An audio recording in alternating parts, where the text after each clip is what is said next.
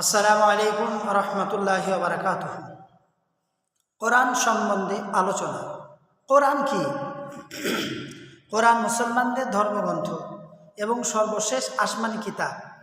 কোরআন কার বাণী? কোরআন আল্লাহর বাণী। কোরআন কোন ভাষায় নাজিল হয়েছে? আরবি ভাষায়। কোরআন আরবি ভাষায়। সারা পৃথিবীতে যেখানে যাবেন একই কোরআনের ভাষা। কোরআন প্রথমে কোথায় ছিল? লৌহে মাহফুজে আর সংরক্ষিত ফলকে ছিল। লৌহে মাহফুজ থেকে প্রথম আসমানে সমগ্র কোরআন একসাথে কখনো নাজিল অবতীর্ণ হয়। একসাথে কখন নাজিল অবতীর্ণ হয়? রমজান মাসের লাইলাতুল কদরের রাত কোরআন প্রথম আসমানের কোথায় নাজিল হয়? দারুল ইজ্জাত নামক স্থানে। কোরআন কোন নবীর ওপর নাজিল হয়? হযরত মুহাম্মদুর রাসূলুল্লাহ সাল্লাল্লাহু আলাইহি সাল্লামের ওপরে। তাই কোরআন খুব সুন্দর জিনিস।